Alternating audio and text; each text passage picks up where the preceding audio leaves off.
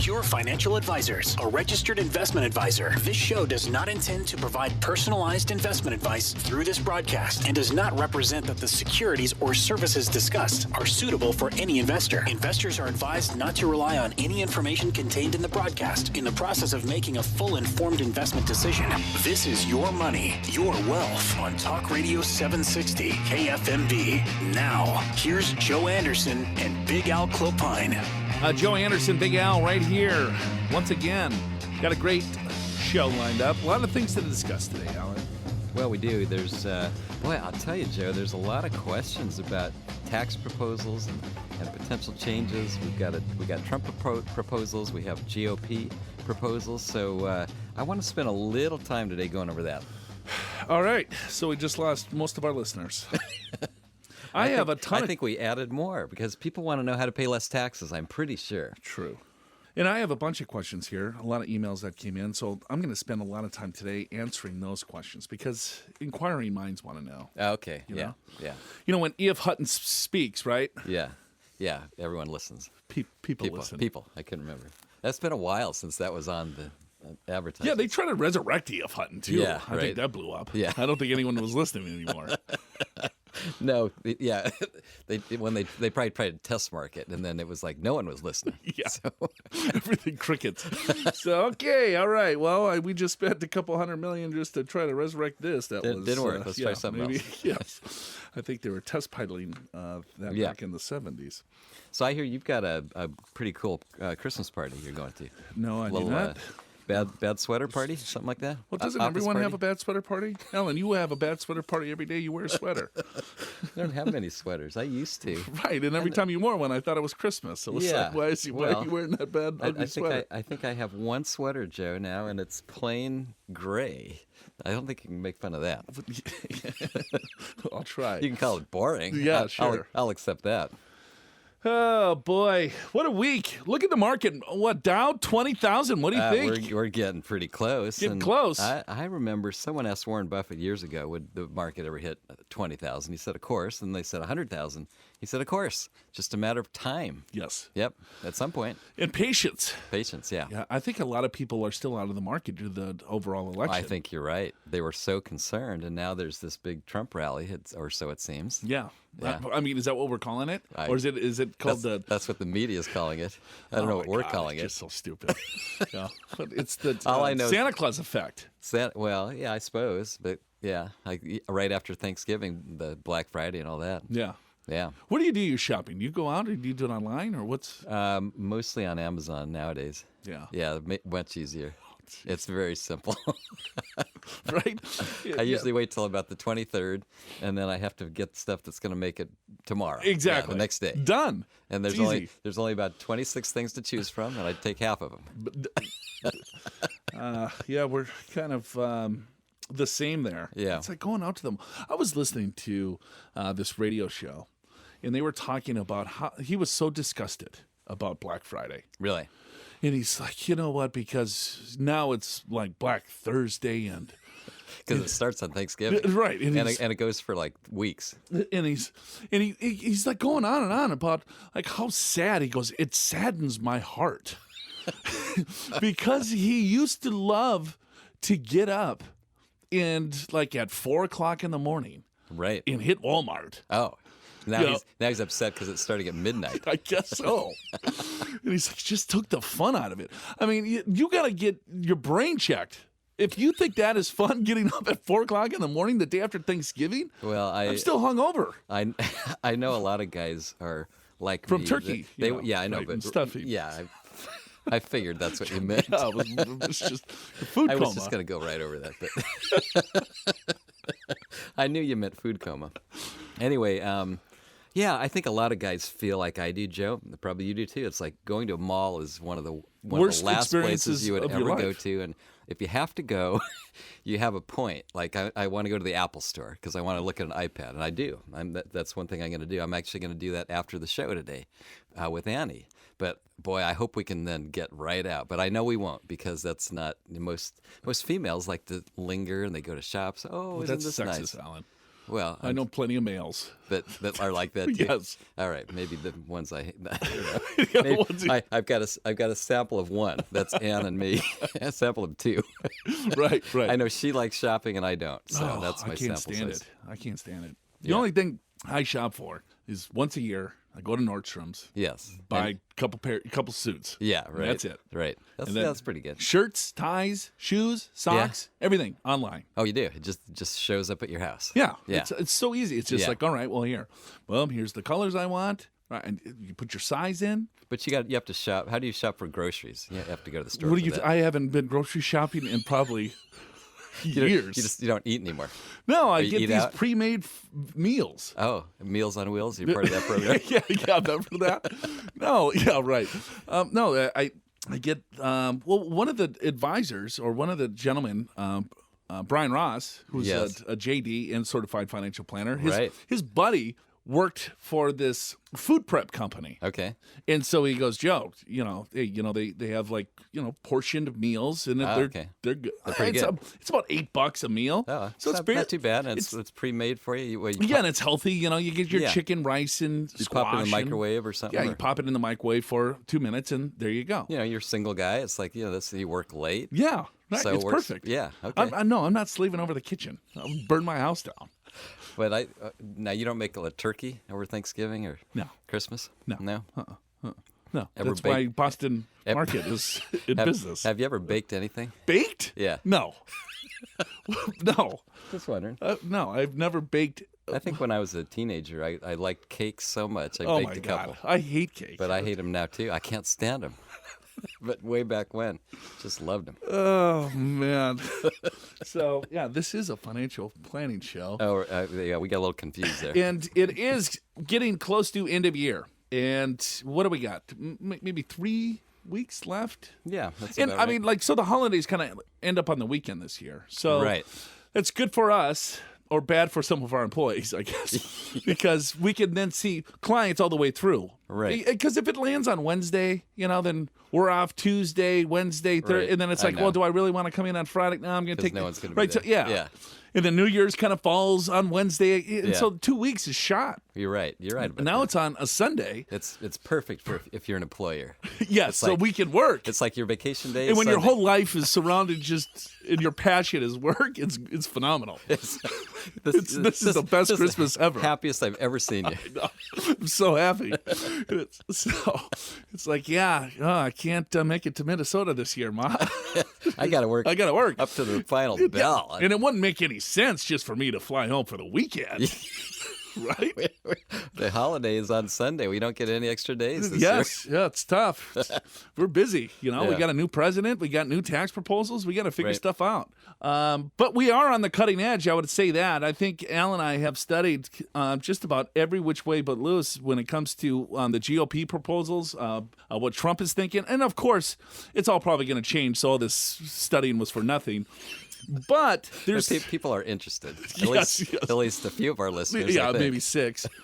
And then when you look at it, it's like, all right, well, here, you still got a few weeks left. So there's things that you want to make sure that you take a look at in regards to your overall retirement planning and tax planning. Roth IRA conversions. So if you want to do a Roth conversion, take money from a money from a retirement account. I forgot how to drink coffee. Sorry. Oh, Al died. And put it into a Roth, right? You got to do that before the end of the year. A lot of times, Al, people think they have until April 15th. You don't. You have until the end of the year to do that conversion. You're right about that. In fact, actually, at most tax planning strategies, you have to finish by December 31st. So now is the season for tax planning. So if you look at, all right, maybe I'm a small business owner, you might want to take a look at setting up a retirement account or retirement plan. Yeah, or- if you're a sole practitioner, maybe a solo 401k. Sure. You have to get that documented, signed by the end of the year. You don't necessarily have to fund it all fully by the end of the year. Yeah, but true. you do have to get that account set up before the end of the year.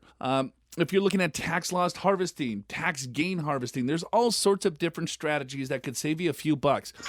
This is Your Money, Your Wealth on Talk Radio 760 KFMB. Welcome back to the show. Show's called Your Money, Your Wealth. Joe Anderson here, certified financial planner.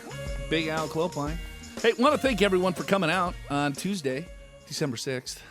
That was our annual tax planning workshop. had about 500 people register, probably maybe 400 some odd people showed something up. like that. It was So a pretty good crowd.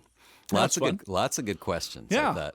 Because there's a lot of confusion about taxes and what may be coming in the next year with the Trump proposals and the GOP proposals.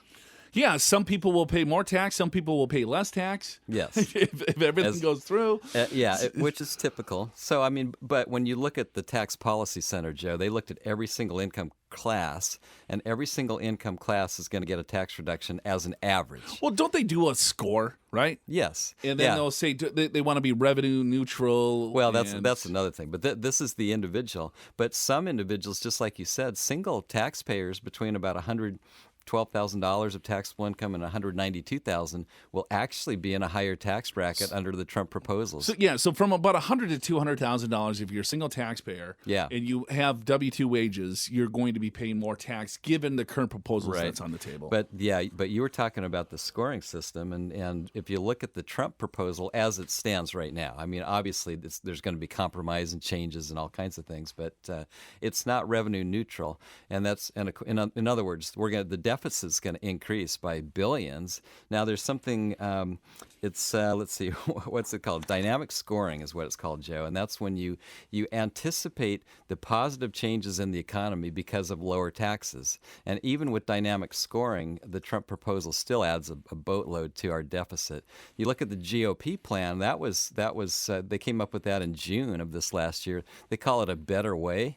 And that one, of course, is also negative from a true dollar standpoint to the deficit, but as far as dynamic scoring, it's about a break even. So you can go to betterway.com, and then you can kind of take a look at those different proposals. Right. I mean, what they're trying to do is really simplify it and just have your tax return on a postcard. Right. But it was funny, as you said in the workshop or in our class, it's like, well, we already have that. Yeah, it's called the 1040 EZ. Yeah. It's not on a postcard, but it could be if we wanted to put it on one. Right. I mean, it's about the same number of lines. This postcard that's in this Better Way plan is 14 lines, and that's about what a 1040 EZ is. I mean, I haven't looked at one in a while, but it's very simple. I mean, a 1040 EZ would be like let's say if I'm an employee, I get a W-2. Right. So I'm a salaried employee of a company. I withhold my taxes, and then I take the standard deduction and an exemption, and you subtract that out, and then that's my tax. Taxes or taxes back. Right, yeah, it's very, very simple, and so we've already got that. But it does sound great when people say, wouldn't you like to file your taxes on a postcard? Yeah. Right? But then, of course, on the postcard, it says you have to put half of your investment income. So I guess you need another postcard to figure that out. A couple postcards, maybe bigger than a postcard for that one. I'm not really sure. A legal pad. Yeah, a legal pad with your postcard.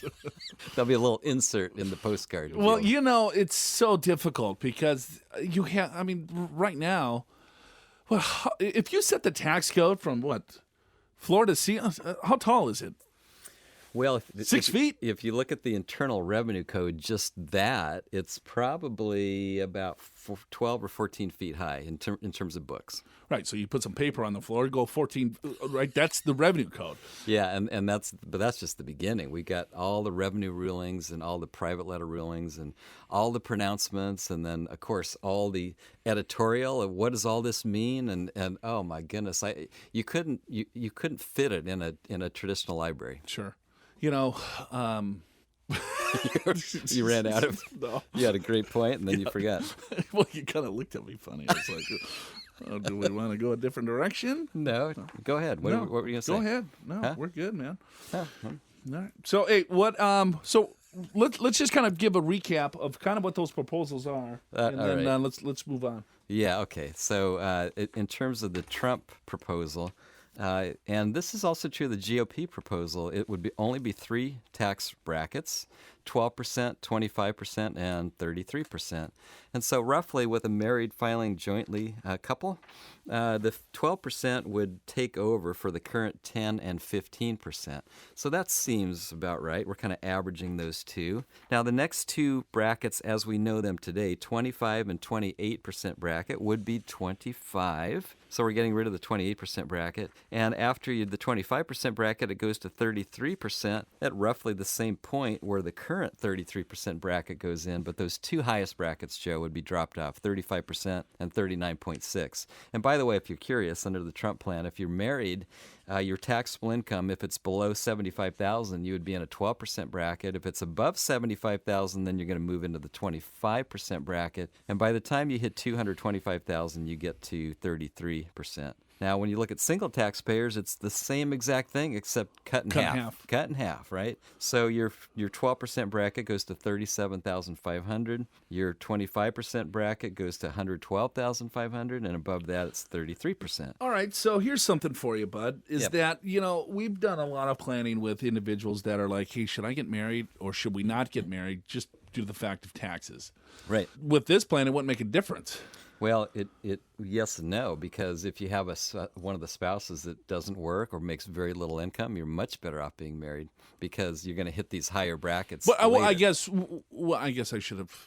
That's true with today's brackets. But let's say if you have two high wage earners, right, and it's because of how the brackets are structured, they're not exactly in half from single to married. Yes. And so let's say you have one spouse that makes $200,000, the other spouse makes $200,000. If they stay single or if they get married, I would imagine that those numbers would probably jive about the same. That is correct, Joe. And so making that assumption with the husband and wife it doesn't matter whether they're high wage earners or not. They make roughly the same. It sort of doesn't matter. Right. Yeah. So if they're high or low, married, sure. Because everything's cut in half. Exactly. And in fact, that's another thing, Joe. The standard deduction for a married couple is almost $13,000. It would go up to $30,000 under the Trump plan, and the single would be $15,000. Again, it's half, right? Currently, the single standard deduction is almost $6,500. And personal exemptions, which right now is about $4,000 per person, that would go away. So the Trump plan, actually, and the GOP plan would combine those two things together. You would just have a standard deduction, and as you know, that you always get to take the higher of a standard deduction or your actual itemized deductions, things like state taxes, property taxes, mortgage interest, charitable donations, things like that. So it's the higher of the two. So for some people that always itemize, then they're losing their exemptions, right? Because there is no such thing as exemptions anymore. Right. I mean, if the proposals come, if it goes through as put. So one of the biggest things I think from a planning perspective this year, end of year, would be if I'm charitably inclined, right? Is that okay? Well, depends on how, can I take that deduction next year? Yeah, I think so too, Joe. Because if tax rates go down, and even if the tax law passes next year, it may be January 1st of 2018 before it takes effect. We don't know. Nobody knows. I mean, typically when tax rates are changed, they go forward to the next year, but anything's possible at this point. Nevertheless, charitable donations are really important and big right now because if you are in a higher tax bracket this year than next year or the next couple of years, you want to take that deduction in a year where you get more tax benefit, which would be right now. And there is a way to take future year contributions in the current year, and that's by setting up a special account called a donor-advised fund. And with that donor-advised fund, Joe, you simply put money into that account, and you can do it this year. You can do it before December 31st, and then you get a full tax deduction in the current year. And having that tax deduction at a time when it makes the most sense for you, when you get the most savings, well, that's really something pretty special. Now, you can dole out those funds to any charity of your choice in the future, kind of as you see fit. But right now, it's so interesting. I mean, we don't know exactly what the new law is going to be, but what it does seem to be is that there'll probably be some lowering of the tax rates, at least for a period of time. So getting those deductions in now would be an important thing. And for me... Now back to Your Money, Your Wealth on Talk Radio 760 KFMB. Hey, welcome back to the program. Show's called Your Money, Your Wealth. Joe Anderson here. I'm a certified financial planner. I'm with Alan Clopine. He's a CPA. Go to iTunes and download our podcast if you want more of this show. What we do each week is we have a 2-hour show. Some of you only get an hour of it. But if you do want the full show, you can go to iTunes and download our podcast. It's Your Money, Your Wealth right there on iTunes, or you can go to our website at purefinancial.com.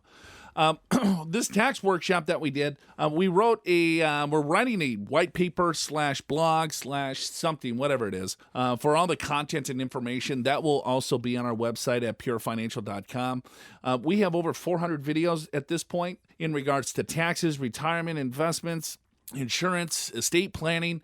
We have webinars. We have all sorts of stuff. What we're trying to do is just make this a great learning center for all of you so that you can just tap in there, watch a quick video, hopefully answer any question that you have. We've tried to format it that way. So it's like the question of the week. So someone had a question, so we'd say what the question is, and then we'd answer it. And those are very common questions that a lot of you have. So you can go to our website, just go to the Learning Center there at our website, and watch away. You could sit there for days. You sure could if I'm binge watch, right? Yeah. Well, yeah. Alan and I also do a TV show, Your Money, Your Wealth. You can watch entire episodes on that you thing. can just binge Oh, Your my Money, goodness. Your Wealth. Season 1. Well, I think we season have 2. I think by last count, I think between the 3 seasons, I think we did about 80 shows so far. Wow. So you could, and they're half an hour each, so that's 40 hours. Have you ever heard of Westworld?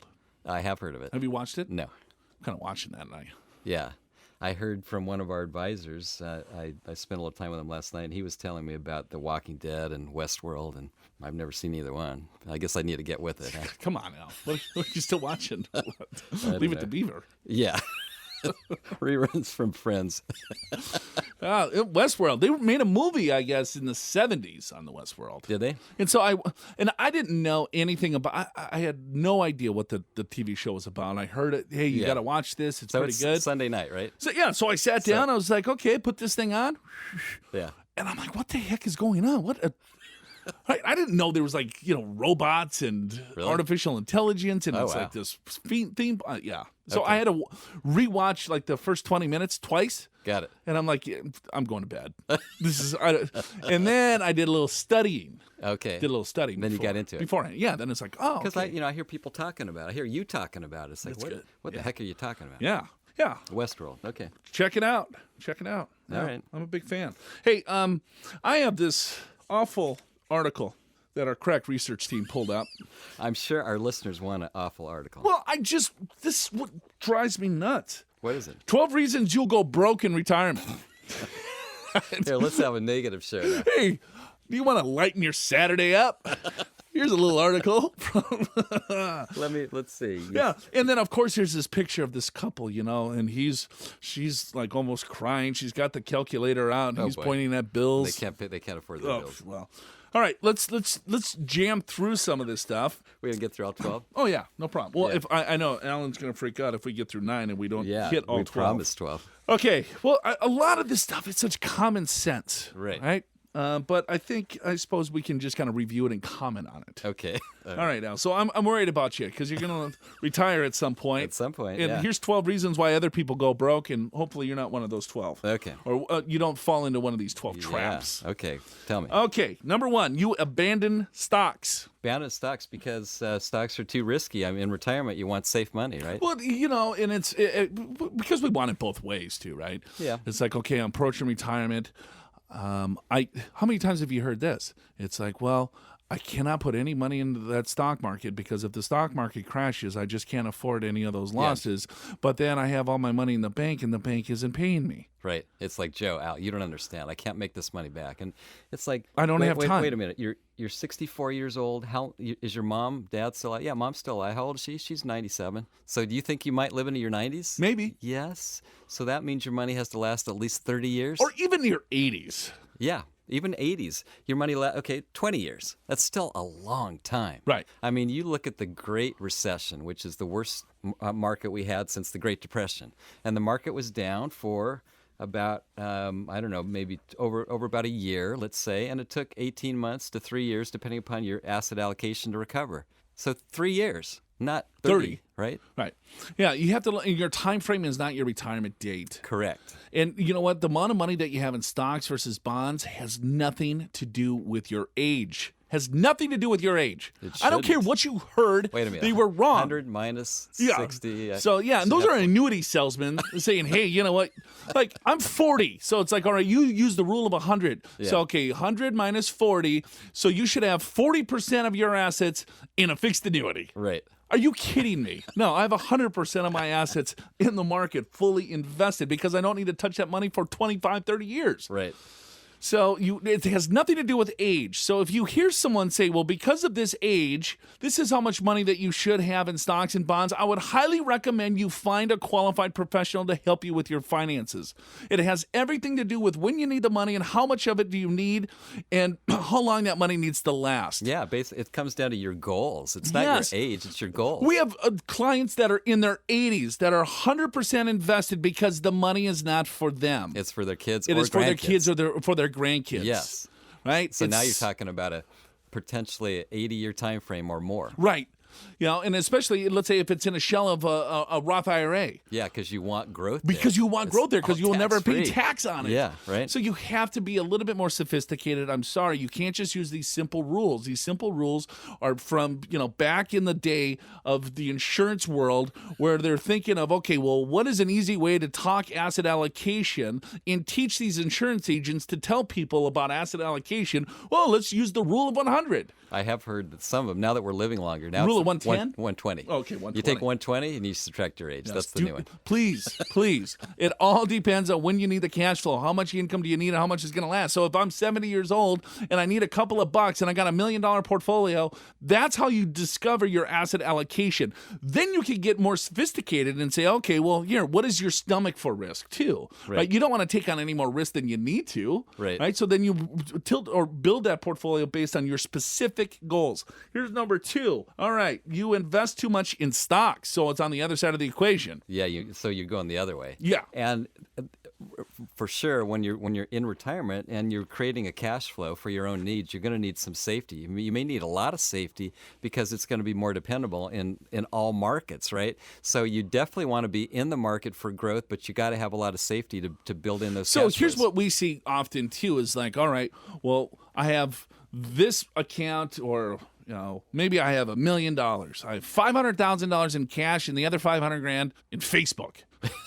Right? Like an individual security. We have seen that. And it's like, what are you doing? You got your foot, but you got your feet in the oven and you got your head in the freezer. Yeah. And you're trying to stay warm.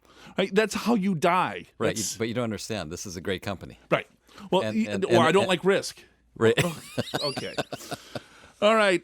Here's if you live too long, that's how you'll go broke, Al. That's my problem because I'm in such good shape. Huh? If you spend too much, Yeah, that's logical. imagine that. If you Yeah. spend all your money, you'll go broke. Okay. Well, genius. Yeah. You rely on a single source of income. Okay. So that's interesting. So you Yeah. want multiple streams of income are better than Multiple. one. Okay. Okay. So you want to look at maybe if you have a pension, real estate, Social Security, plus your assets. Right. Another one is you can't work. All right. So if you get disabled, only 6% of retirees report working in retirement as a source of income. Only 6%, Alan. Gosh, I would think it'd be a little higher than that. But Yeah. Well, Yeah. this is let me cite this. This is by Transamerica Center of Retirement Studies. Okay. So you can blame them, not your money or wealth. Okay. Okay. Let's see. What else do we have here? You get sick. Oh, yeah, Imagine that. Yeah, that's- medical bills. That'll blow you up. That can happen. Okay. Yes. Then we got another one here. You tap the wrong retirement accounts. Ooh, now that's interesting. Yeah. So if you tap the wrong retirement and you don't tap the right ones at the right time and you don't take a look at taxes, that could kind of blow you up there and too. Joe, that has to do everything to do with your tax bracket, right? And so, like, let's say you're in the 15% bracket, which for married couples, $75,000 of taxable income. Maybe you take that first $75,000 from your IRA, 401k, and take everything else from your trust account or your Roth IRA. You stay in a 15% bracket, even though you're spending way more than that. This is Your Money, Your Wealth on Talk Radio 760 KFMB. Welcome back. Show's called Your Money, Your Wealth. My name's Joe Anderson. I'm a certified financial planner. I'm with Alan Clopine. He's a CPA. Go to purefinancial.com to get more information about us. Purefinancial.com. Hey, I got a couple of more of these 12 reasons you'll go broke, Alan. Okay. It just really got me excited. It's just a really. Why are you looking at me when you say that? Well, because Think you I'm might gonna go broke? You could. Yes, because this is number 10. Number 10, okay. You bankroll the kids. Are you thinking that's me? Yes, that is you. You're a very successful man, but you still got the kids on the bankroll. So, full disclosure. How long were you on your parents' bankroll? I guess I was probably around 23, maybe, when I wasn't anymore. 23 years old? Yeah. When was your first job? In It was right after college. I was like 22 and a half. You didn't work in high school?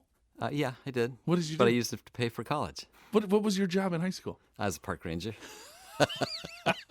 I also worked in the landscaping department of Otay Water District in San Diego. Because the old man was He was the superintendent. Yeah, he was the director of finance. Yes. And so I was the landscaper. I was with a landscaping crew. So what'd you do? Pick weeds? I did, Is that I what did, you meant? I did by s- landscaping? I did some of that. I planted things. But yeah, the worst part, Joe, was like we'd go around. It wasn't like I don't know what you call it. It's like it's a water storage area, but it wasn't enclosed. It was kind of like a mini reservoir, and we have to go around the entire bank with a hoe in the middle of summer and hoe weeds on an angle. Those were tough days. That makes you a man, Al. It does. Yeah, that's why I'm such a man right now. Yeah, I had my own business when I was like 14. Is that right? Yeah. Yeah. It was called Joe and Ted's Lawn Service. And I had several businesses. One of my favorite ones when I was probably in junior high was selling golf balls on the golf course, and I got kicked off of that. And they told me because it was illegal. Yeah, and they said we're going to call the police next time you do it. So that shut down that business. So your first job was illegal illegal activity. Yes, right. Yeah, I sold T-shirts. I'm a big T-shirt kind of guy because Yeah. I wear suits every day. Sure. And so during the weekends, I just wear like soft tees. Yes. And so I used to sell T-shirts in high school as well. Yes. And I sold sweatshirts, T-shirts, little paraphernalia. Yeah. Yeah. I had in high school I had a company called Clopine Clipping Service. Were you a barber?